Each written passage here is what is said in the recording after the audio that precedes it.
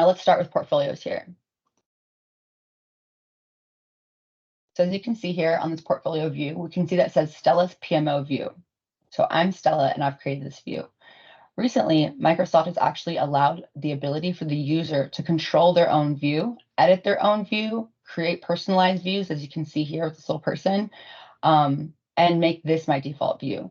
Before, Microsoft allowed you to create views, but they couldn't set it as your default, and now we can. So as you can see here, I've chosen this view because it's very helpful and provides a lot of information. Here I have my portfolio name, who the owner is, the total portfolio budget, which is the sum of all the project budgets within this portfolio, portfolio manager, the status of this, when it was created, and who it was created by. Now let's go ahead and take a look at the real estate investment portfolio. Now, when we open this, we can see some general information here, a description describing that this portfolio includes all projects with the real estate investment related projects, and it can span across remodel, rental, resales, and these are the ones specifically. Now, when we get to programs, we see here to further evaluate key programs with projects included in this portfolio. So I do have two different programs where all the projects in this portfolio are actually broken out into two. Some will be remodels, some will be rental properties. Some may even transfer to a different program. Some may start off as a remodel, and then they can actually switch programs into the rental properties depending on their life course. Here I also have overall health, portfolio health, financial health. Now this can be manually set, or I could have a calculation in the background that says, for example, if at least 70% of all of the projects within this portfolio, if these at least 70% are on track, then show this general overall health as on track. And same thing for the other KPI indicators. Here I can see a list of all my projects. I can interact with this here too to make it smaller, bigger. And using this hyperlink, I can go directly to a project. So for example, if I wanted to take a closer look at this project, I could click on it and it'll open the project for me here. Here we can see my program and portfolio fields within the project. Now this is how I define where a project will go. And these are lookup fields. So as I create a new portfolio program, they'll appear in my lookup values here. So let's go ahead and create a program and then we can see how we can assign it. I'm going to go ahead and assign this one back to real estate remodels.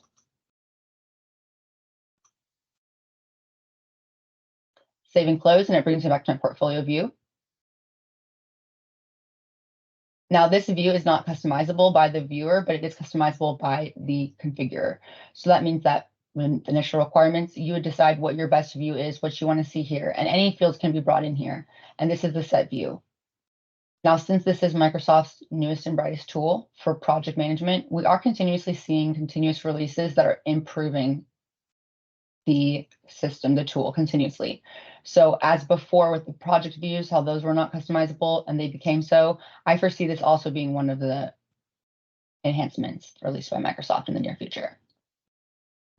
We also have portfolio financials, which once again, it's a sum of all the project budgets, actuals, forecast, and remaining budgets as well. Now let's take a look at my programs.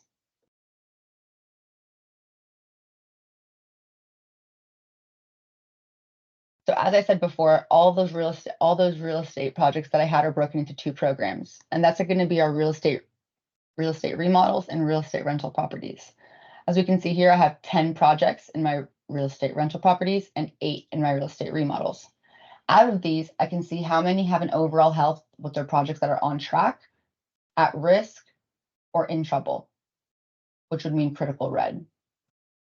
Now this one here, we have 10 total projects, 9 that are on track, 1 that's at risk. Now I'm going to go ahead and go into one of these programs. Let's take a look at how this looks. Before I navigate away from this, though, I do want to point out that once again, this is another view here that is customizable. So I can switch my view here. As you can see here, I've set in my program view specifically that I saved, budget, information. And if I wanted to edit the columns, I could simply do so here by saying edit column. And I can select essentially any field that's within this table, this program table.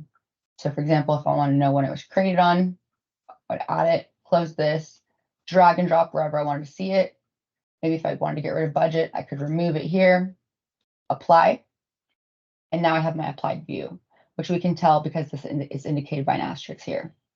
From here is where I can now save as a new view, say changes to current view, and then after I save as a new view, it'll then give me the option to make this my default view. So now let's go ahead and look in our real estate rental properties.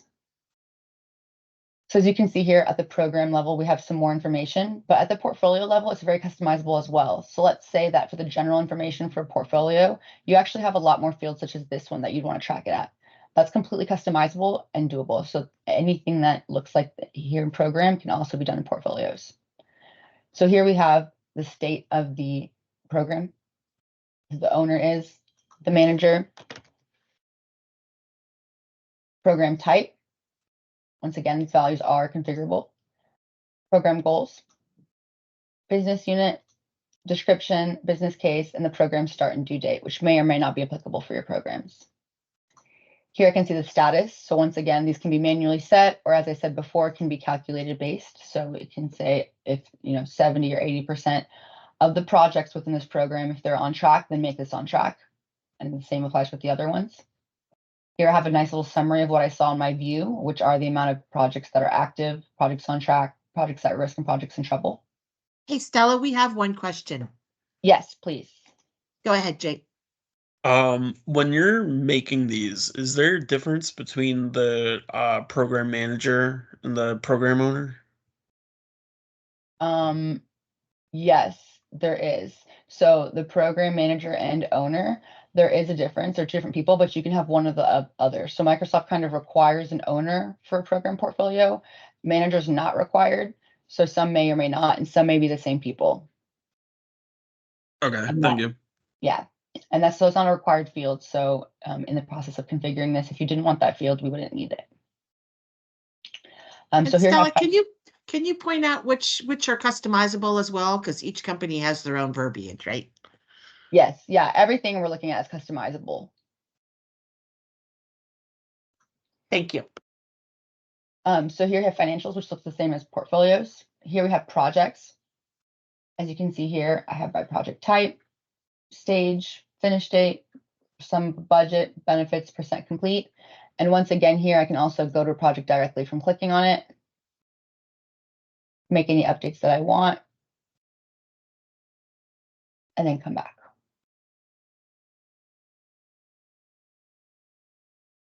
I also have an area for notes here as well.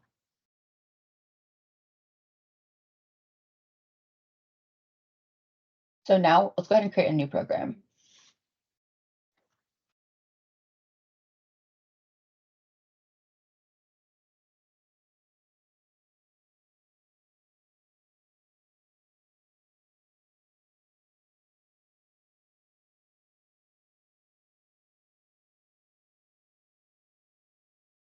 We'll say this is active. I'll make a priority high. Business unit product development. I'll assign me as the manager. This development and goals for customer satisfaction. Here I'll put some description about product manufacturing. A bit of business case as well. I'll say that this is going to start today, and I'll plan for it to end in December. I can save my new project now. And now that I've saved my new project, let's go ahead and find our project that was created. So back from here, we can see that our PMO webinar request project was created. I'm going to go ahead and use this link to open it.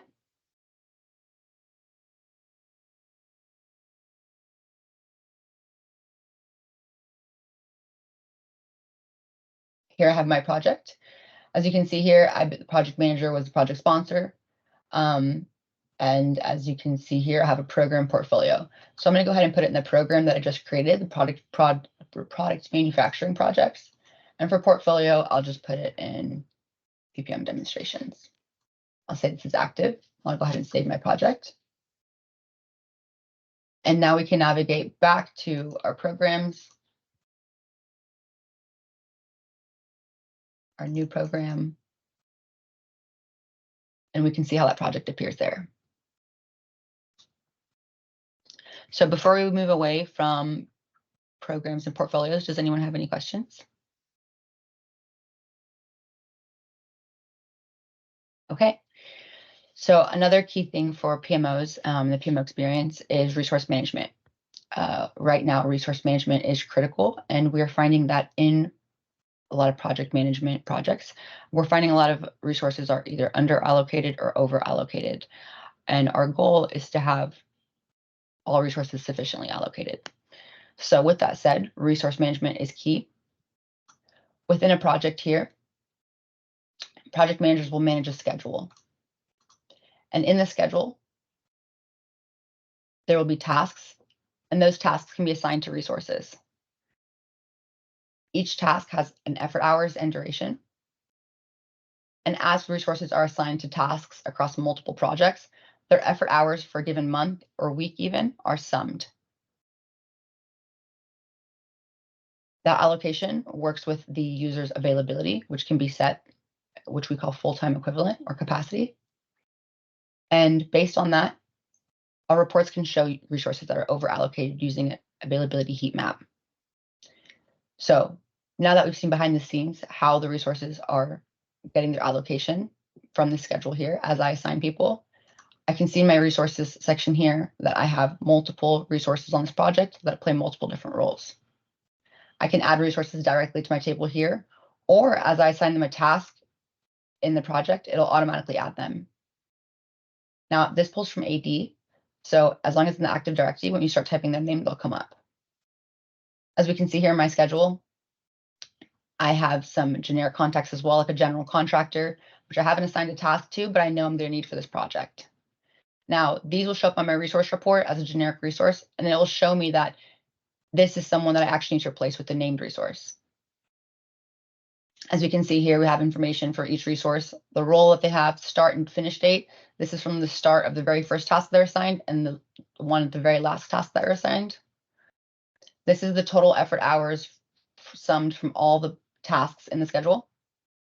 Effort hours completed and effort hours remaining. Now, if I wanted to edit Akash or change his role, I could simply select his name here, edit. And now from this form, I can change his role and the start and finish date. However, when I save and close this, it's going to sync back up with the tasks. So now that we've seen the behind the scenes of how resources have their roles. So each resource has a default role. So for example, if I were to add someone here and not put something in the role, it would automatically give them that default role. Or if I assign them to a task in the schedule, it would add them here and it would add their default role. I can change that role and make them something else, but each resource does have a set role. Here I can also see the resource manager for each resource as well. And this view is completely customizable. So as we can see here, I can change my view and see some different information here. I can see information here, such as soft booked hours, hard booked hours.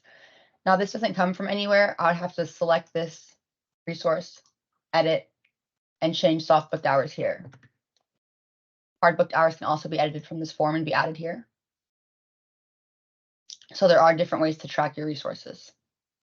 Now, from the PMO perspective, we'd manage our resources here in our resource pool or resource management area. Here, once again, I have a view that can be completely customizable. So I have my active bookable resources. I have another view where I have more information. And then I have a different view as well. So using this view here, we can see that I have my resource name, the resource type, the default utilization, as I was saying. So the default utilization is 1. Now 1 equals 1 FTE. So it's a full-time equivalent. So if you do 40 hours a week times 4, that's 160 hours a month. So when we look at the reports, it's going to show that it's going to be showing availability by month. So 1.00 would equate to 160 hours a month. And their capacity here is 160 hours a month. We can have a target utilization here too. So I can say that although their availability is this, I really only want to target about 80% of that time for project work. And I can also have a resource rate here, which can be used from a financial aspect to see how much money I'm putting into the resourcing of a project versus the benefits that I'm getting out for actual cost. To add a new user, I would select new here. I could select a user, or if I wanted to give a customer access to this, but not to the project or to specific things, I could create a contact here I'll look for a contact, create a new contact, and that would fill out the customer's information here. Upon filling out the customer's information, they would have access upon being added to the environment.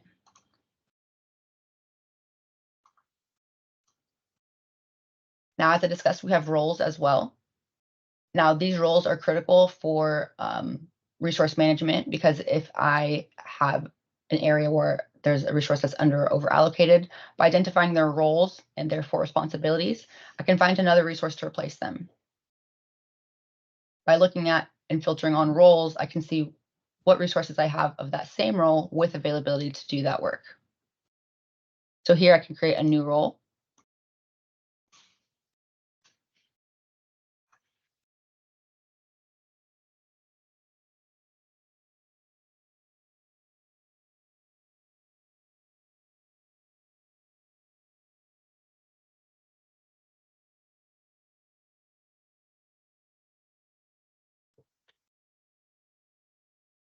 And now I can see that new role show up here. And now that same role can be assigned to multiple resources. Now, I also talked about earlier that when I create a new project from intake, that a Teams is also created. Upon that Teams being created, I receive an email that looks like this. Welcome to the PMO webinar request group. Now, this notifies me that there's been a Teams created for my project, and it's been called PMO webinar request. Now let's go ahead and take a look at the Teams view to see how we can manage our project directly from Teams.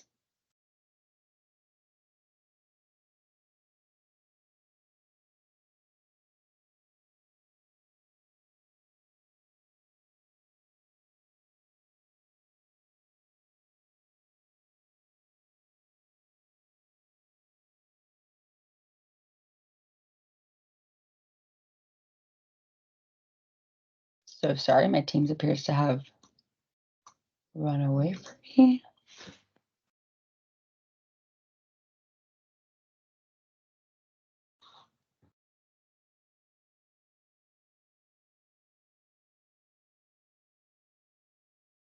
So sorry, give me 1 second.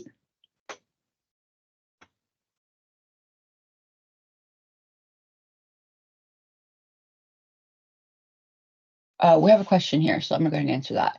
So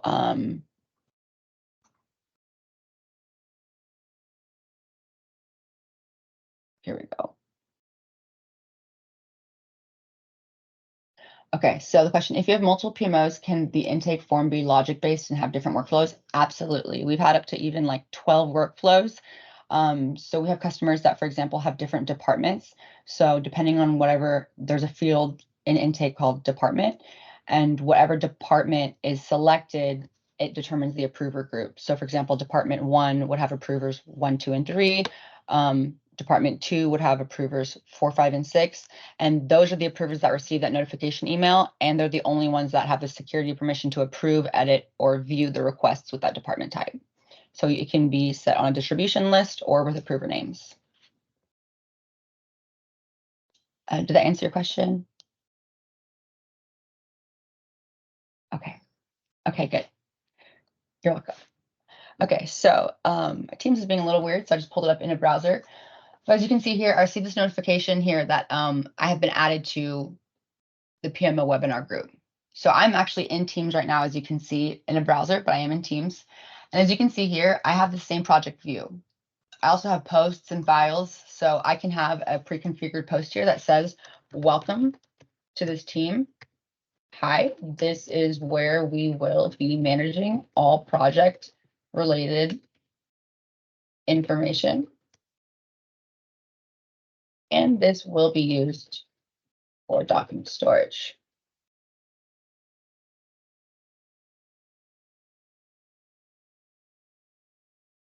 I can post this, and this can actually be configured to already be posted when it's created.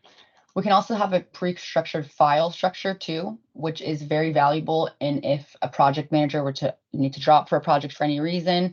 If we have a file structure such as like 1, kickoff and access, 2, requirements, 3, design, documentation. If you have a file structure in place, we have found that it does increase the value, because if one project manager drops and someone else has to pick it up, it at least gives them some kind of idea of where project managers documenting things.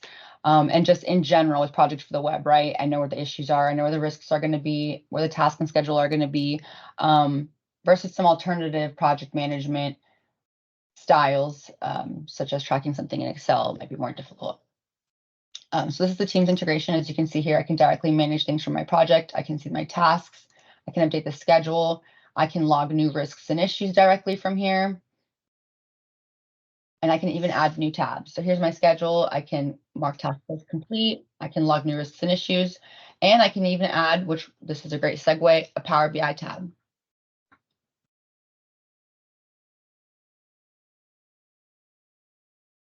This way I can navigate from my project directly to the Power BI reports.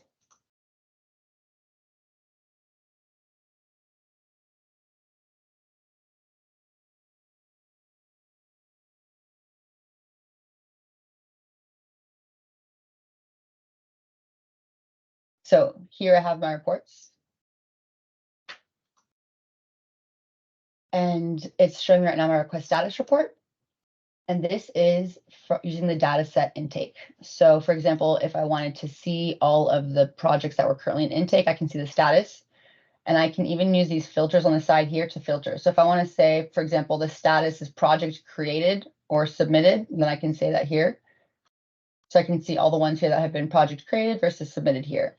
I can even customize this to add a link for the projects that have been created as well, or pull any other fields from intake that you choose to have on there onto this report. These visuals are also customizable. So for example, if you'd rather see something as a bar graph, that's absolutely doable. Now, as Megan discussed, this report pack comes with 15 different reports. So this is one of the 15. This is our other report, which is the portfolio health report. And as we discussed earlier, when looking at portfolios, the benefit of utilizing the portfolios and programs is that you get to utilize these reports.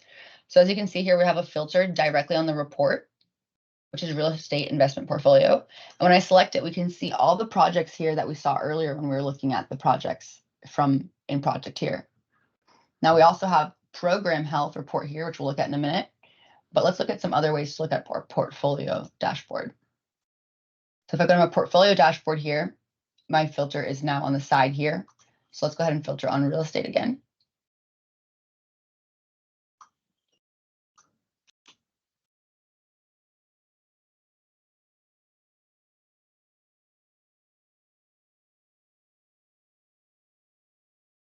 And now we can see, let me see. Okay.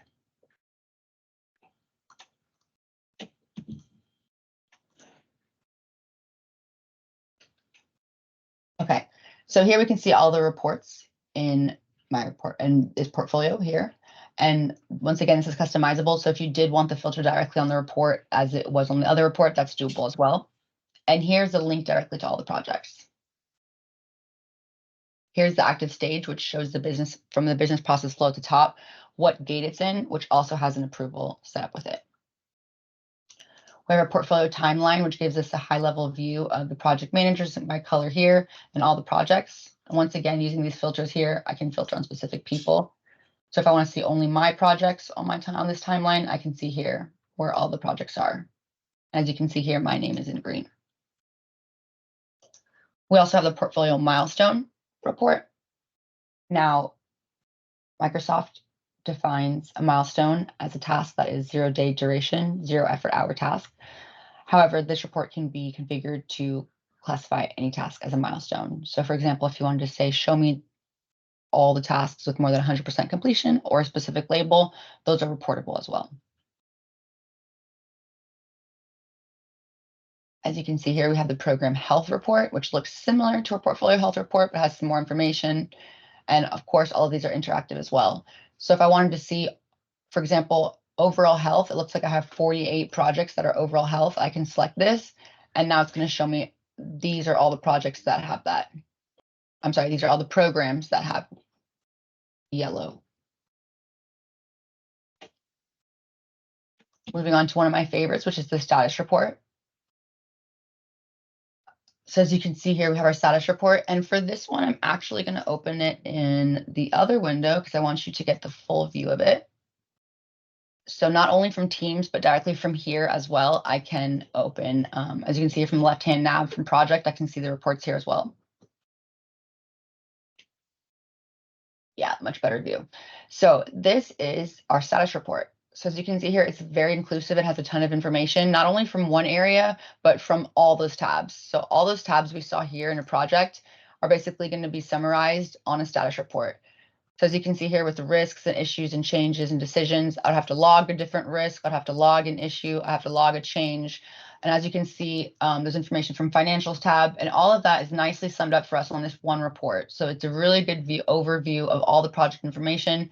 Once again, completely customizable. So for example, if you're like, I actually don't care about seeing risks, we can get rid of risks and move this over to take up the whole width, which we have done before. Here's a nice little link directly to my project. So if I wanted to find out some more information, and I can even use this link right here to go directly to a specific issue for this project. So if I click on this link right here and I want to know more about the COVID outbreak, what does that mean? I can go to it here and see a description. There was a COVID outbreak in the warehouse and half of our team is out sick for the week. That is unfortunate. And now that's information that I have simply from this report by one click away. Here I have the KPI indicators from the most recent status report submitted and the date that most recent status report was submitted. This is pulled from the schedule. So it uses the schedule with the amount of tasks by effort hours. So for example, if I have a project that is 100 hours, this would indicate that 32 of those hours have been completed. Now, great PMO experience here is our risks, issues, and changes dashboard. Now, have you ever wondered, I want to know across all the projects that I manage, what the risks are and issues and changes? Well, instead of having to go to those individual projects now, we can see them in one place. So as you can see here, I can go to, these are all the risks that were logged across all projects. And by using my filters, I can even filter down. So if I want to say, show me all the risks logged in a specific program, for example, or so program, let's go to all the risks logged in these two, my real estate ones. So now I can see all the ones here. I'm looking at specifically just the programs I manage and all the risks that are logged across them. So as you can see here, Natalie, we have a question. Yes, Sorry please. for interrupting.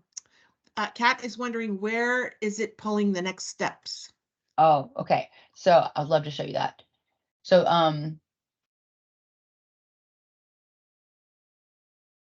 here in our status tab, these KPI indicators are pulled from the most recent status report. So we can see here where I've submitted status reports, and it's going to pull from the most recent date. So if I wanted to submit a new status report here, let's actually just look at one. I could submit a new one, or I could edit an existing one. So we're going to edit here. It's pulling from these right here, and it's going to be pulling from the most recent one. So if I submit one today and the reporting date is, March 14th, that'll be the most recent. So it would use the recent accomplishments, next steps, and additional comments from here. And once again, completely configurable. So let's say you wanted to know project mission. We can completely change these fields, and we can even add choice value ones in the status report, and we can change those out on the report. So just because you sign up with us and you, like, for example, you don't want probability, impact, exposure, or any of those, you can do that. So I believe you're referring to next steps here, correct, from the status report? Okay. Okay, yes. But so just so you know, we also, for the risks, issues, and changes dashboard, we also have description, mitigation, and contingency plan. So I'll just quickly show you that. So for a risk here, for example, when I go new risk, I can see here the fields that I'm seeing on the dashboard. So we call these tables. So we call risks, issues, changes tables. And what's great is you can actually create a custom table outside of these. So for example, if you need to track something like assessments and you're like, well, I'm not seeing an assessments tab, we can actually create a custom tab called assessments with a custom table like this and a custom view. And when you say new assessment here, we can have the top form have whatever fields you want, whether it be text fields, choice, drop down. And what's great is, as you can see here, we've actually implemented workflows within this. So as you know, with projects, a lot of times risks can escalate to an issue. So for example, a risk would be half of my team is out with COVID. There's a risk to the schedule, overall schedule health. And then so I log that. And then the following week, the rest of my team's out with COVID. That's an issue now. So it needs to be converted. So we actually have a workflow here that we've implemented by just simply using this field. And when you convert the risk, you select yes and close it, and it actually will recreate and then delete completely, and it'll recreate it as an issue here. So fields can also be used for workflows. So going back to the reports here, so we have our risks dashboard, some visuals, issues dashboard. As you can see here, the fields here might be slightly different for issues. Once again, I can say filter my program and say show me all the ones just for my real estate ones that I'm managing. What's great is that for those of you familiar with Power BI, we have something called drill through. So I can actually, from any project that has a project name on it, I can select the project and I can drill through to the status report. We also have a changes dashboard. So same concept here with changes here. If I want to log a new change, I could.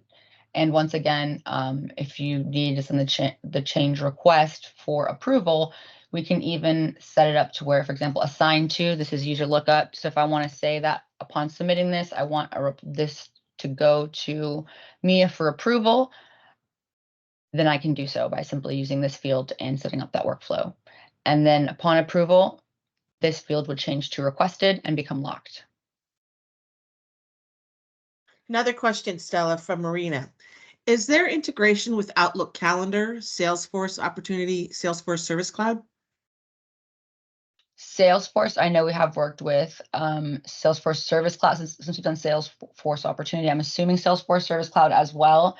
And as far as the integration with Outlook Calendar, it's coming. So as far as like, let's say you want to see your tasks on there, by the end of this month, they're going to be doing a great integration with Planner. I'm sorry, Maria, did you have a question? Did you? I was just nodding. Yes, that is what I meant. Is there an integration of tasks with the Outlook calendar? So there's going to be with Planner by the end of the year. So from Planner, I'll be able to, as a team member, go in there and see all the tasks I'm assigned across all different projects, and I'll be able to mark them as complete, and it will read back to the system here and mark it as complete in the system here. So they're doing the Planner integration, which has been in the works for a while. So I think the next step after that, I think it's on the roadmap, basically, essentially for it to, I can check on that for you. But I'm assuming it would be, since Planner does have integration with Outlook Calendar, since we're integrating with Planner. Therefore, by that logic, I would assume Outlook Calendar would be the next step. Is Planner in the Outlook? No, but Planner does integrate with Outlook. So if you wanted to set up an integration where you could see tasks, you could. So the Planner is part of the Marquee 360, or what is Planner? So Planner has been around for a while, and they integrated it with their to-do app. But now, actually, starting at the end of this month, what we're looking at right now is called Project for the Web. It's actually going to be renamed to Planner. So Microsoft loves their naming conventions. So just think about it. We have, Planner, To Do, and Project for the Web, and they're integrating all three. So what's great is they're all going to work together. So right now, team members really don't have a place to look at all of their tasks in one place, and they have to go into the project to mark them % complete, which, by the way, you only need a Microsoft 365 license for the team member to do. But with the Planner integration, they'll just be able to go to Planner and create a project plan and see all the tasks that are assigned and all the task information. So like effort, remaining, effort completed, and they can mark the % complete directly from there. And it will tell the project manager's project, hey, this person has completed these tasks, instead of the project manager having to micromanage saying, hey, have you completed this task? Can you please go mark this complete? Can you please mark this complete? It gives the team member that ability to just do it on their own and not have to go into the system. They can just do it from their view. And what licensing would be required to do that? Just actually, so that's the great thing with the Planner for them. If they're just doing the updates from Planner, basically just a Microsoft or Outlook 365. Okay. Yeah. Thank you. Yeah, of course. So as far as licensing, here goes for So what's great about this intake app actually is it's built on a Canvas app. So licensing actually isn't required here at all for this one. So if you have people that are not project managers but need to submit requests, they can come in here and do that. And using Power Automate, we can still link it to the project, but people won't need a license for this. And then I believe to view these Power BI dashboards, the user must have Power BI Pro license and can't access with free license, correct? No, that's not correct. Just to be a viewer, you don't need a specific license. However, it only allows you to have like so many report packs before you need a license. So let's say I have access to multiple report packs. That's holding it in my storage essentially, then if someone wants to grant me more access, they might get an error that says, hey, this person already has access to too many and they don't have a license. But otherwise, just to be a viewer, no, you do not. And you need a very basic license just to even be a member. The Power BI Pro license you would need if you wanted to do a manual refresh of the reports. If you wanted to publish reports, delete reports, start a workspace, edit reports, that license would be required for that. Luckily, the licensing with Power BI is a little more lax, though. So back to our reports. One thing I wanted to highlight here, we have our resource dashboard report, which is a very high level view, but I really want to get into our resource assignments and availability report. So what's great about this report is here I have an area where I can see all my tasks. So for example, I'm on the project name here, Tesla, that we were looking at earlier, and I can see now all the resources I have here and all the tasks. So it's going to go resource, project, task. So if I were to clear this filter here, now I can see Michelle. She's assigned to 2 different projects, and here are the tasks within those projects. I can also see the status of those tasks. So it looks like this one's late here and the amount that's been completed. Here I can do the same thing. So 2 projects. This one's been completed, it's 100%, and this one hasn't. So using my filters, I can see that. And this is also completely customizable. So let's say you wanted the table to be bigger and the visuals to be smaller. That's completely doable as well. One of I'll say my third favorite report, because the status report is probably my favorite, but the third favorite report is the resource availability report. This is the one I was talking about earlier that's really critical and key for making resource management decisions. So as I explained earlier, we have 1 at 1.00 for a month would equal 160 hours. And we can see here in the availability heat map, the areas that are red where I have resources that are over allocated. Now, as we can see here for Alex here, he's over by 0.5 for October. This means that 0.5 times 160, it looks like he is over 80 hours. So we need someone with half FTE. Now, this would tell me that I need to find someone with a similar role as Alex to fulfill that work. Or what I need to do is hire a contractor, not full-time, but just half-time for the month of October. So this helps me make very critical resource decisions, and it helps me not have resources that are extremely over allocated, which, for example, Mia, as we can see here, she's over by 12. So she's extremely over allocated. And we can see resources that have more capacity to do more work. We also have our task overview report, which is a high level overview of all the tasks. Once again, utilizing my filters, I can filter on Mia here and see all of her tasks in general. I can filter it down to tasks for projects within a specific program or project name, and there's a link to the tasks as well. And last but not least, we have our project timeline report, which is once again a high level view as well. We can see here milestone tasks. So we have a project, milestone tasks. And as we filter through here,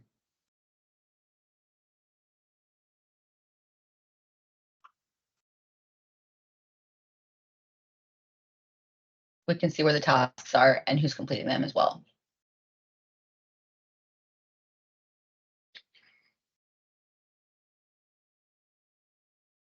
So today we looked at the beginning of a project lifecycle from a PMO perspective, which is intake. We then talked about project, looked at the home dashboard for a little bit, and then we also talked about portfolios and programs pretty extensively, including the views and the customizability across these. We also looked at resources and looked at how we can add new resources and the importance of looking at resources for critical resource management decisions. We looked at roles and how roles can be leveraged to track resources and for resource management. And then we also looked at project as well as the reports. So at this point, does anyone have any questions?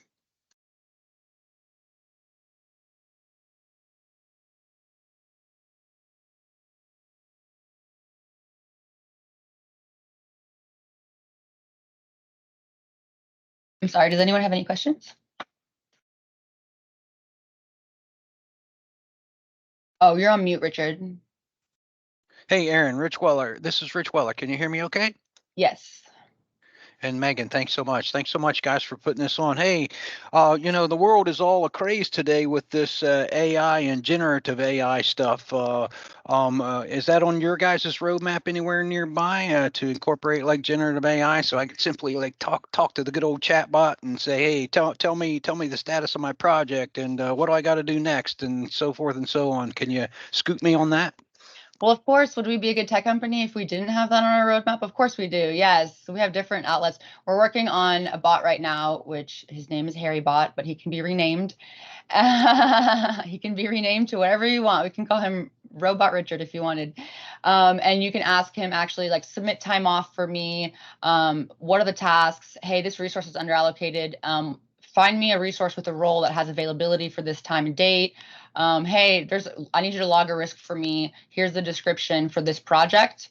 That's one AI thing we're working on. And then I'm not sure if you've heard about Copilot, but Copilot is rolling out from Microsoft and it's going to work really well with Project. It's going to do a lot of things, and including like help you make more like, automated workflows. But one of my favorite things is that it's going to be able to actually allow you to like miss a meeting and then ask Copilot like what key decisions were made during this meeting and who made them, or what did Mia think about this decision. So that's one way it's going to work. But yes, we have our own bot that we're working on, and then leveraging Microsoft's AI things that they're rolling out as well for this. Yes, so that's definitely an option. And we already have that bot in the works. So One last question. Thank you so much. Thank you, Rich. One last question from Nicole too. Can we create templates for project types so when it automatically creates a project, it can be a type? It could be type? Yes, absolutely. So we have these, so utilizing the request type here on projects, it actually determines the business process flow and the schedule template. So the business process flow is this top part right here, this process. So if I wanted to change the process, I could change the process here, and it can be different depending on the project type. So if I wanted something more simple, I could do more simple or something more contrast, and then the schedule template as well. So we have these schedule templates. Where are they? My project templates here. And these have schedules in them. And what's great about these is that utilizing when a new project gets created, it can get created with this schedule template so they don't have to create tasks from scratch. And then they can edit it as they go. And that can be based on, we basically center everything on request type or project type. So even like the approvers like that get the email for it, like we can configure so much around a project, any field really, but definitely project type. That's what we leverage that field for. Any other questions? We love questions. We sure do. Okay, well, I'm going to turn it back over to Megan. I hope everyone enjoyed. I know that was a lot of information. Apologize if I went too fast during some parts. I'm passionate about this tool. It was the tool I wish I had when I was a project manager. So I hope everyone has a great day. I'll hand it over to Megan. Thanks, Stella. Great job as always. Again, we can design a demo to whatever suits your company's needs. So I'll be sending out the recording and hesitate to use this in a consultative manner. We're here to support you, and we really thank you for joining today, and see you at the next one. Keep an eye on our lunch and learns because we have several coming up. So thanks again and appreciate it.